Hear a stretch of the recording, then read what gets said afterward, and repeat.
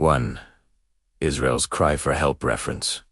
Judges 6:2, 1:6. The people of Israel once again did evil in the eyes of the Lord.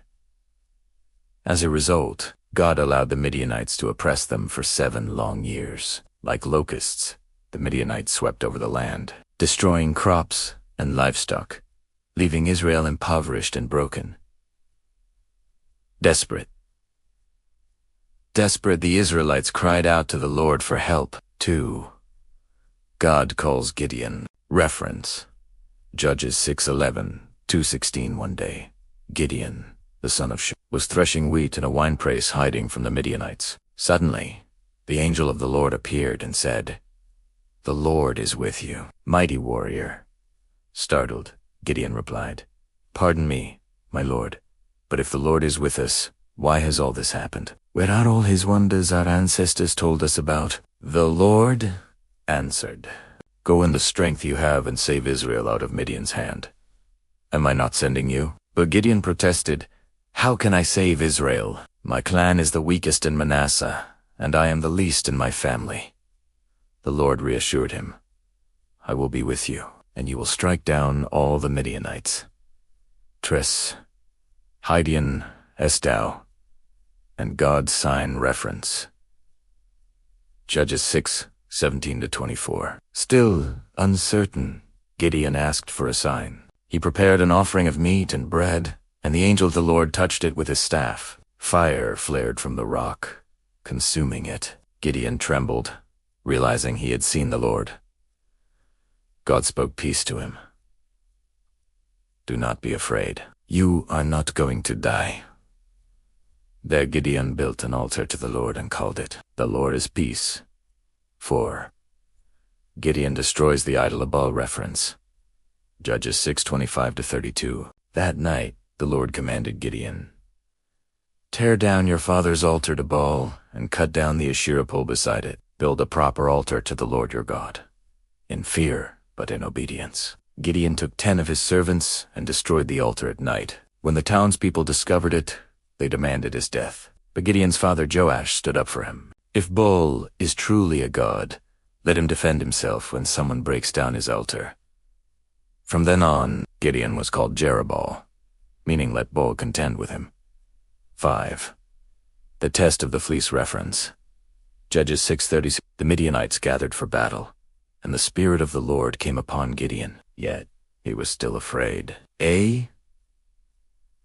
Prayed, "If you will save Israel by my hand, as you have promised, look, I will place a fleece of wool on the threshing floor. If there is dew only on the fleece, and the ground is dry, then I will know you will save Israel by my hand." The next morning, the fleece was wet, but the ground was dry. Still seeking assurance, Gideon asked again, "Let the fleece be dry and the ground covered with dew." And God answered. 6. The army reduced reference.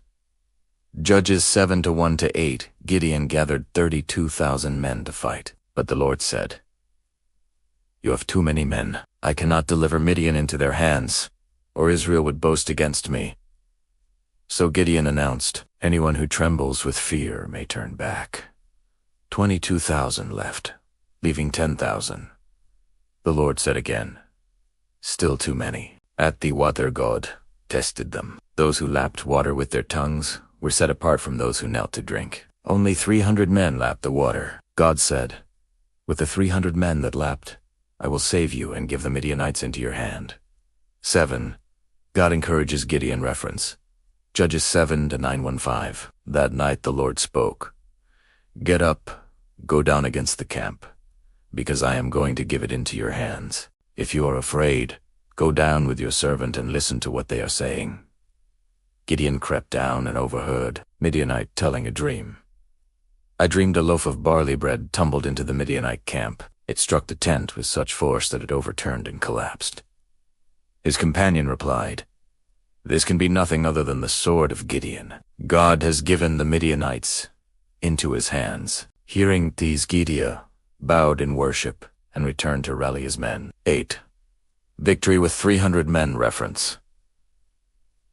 Judges 7:16-22. Gideon divided his 300 men into 3 companies. Each held a trumpet, an empty jar, and a torch inside. At Gideon's signal, they blew their trumpets, smashed their jars, and shouted, "A sword for the Lord and for Gideon." Torches blazed and trumpets blasted around the camp. The Midianites panicked, turning their swords against one another and fleeing in chaos. 9.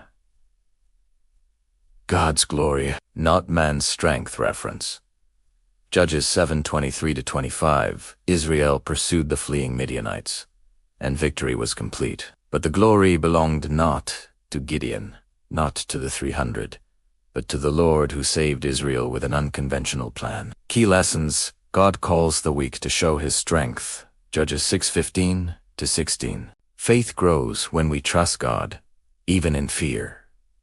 Judges 6:36-40. God's ways are higher than ours. Judges 7:2. Victory belongs to the Lord. Judges 7:22.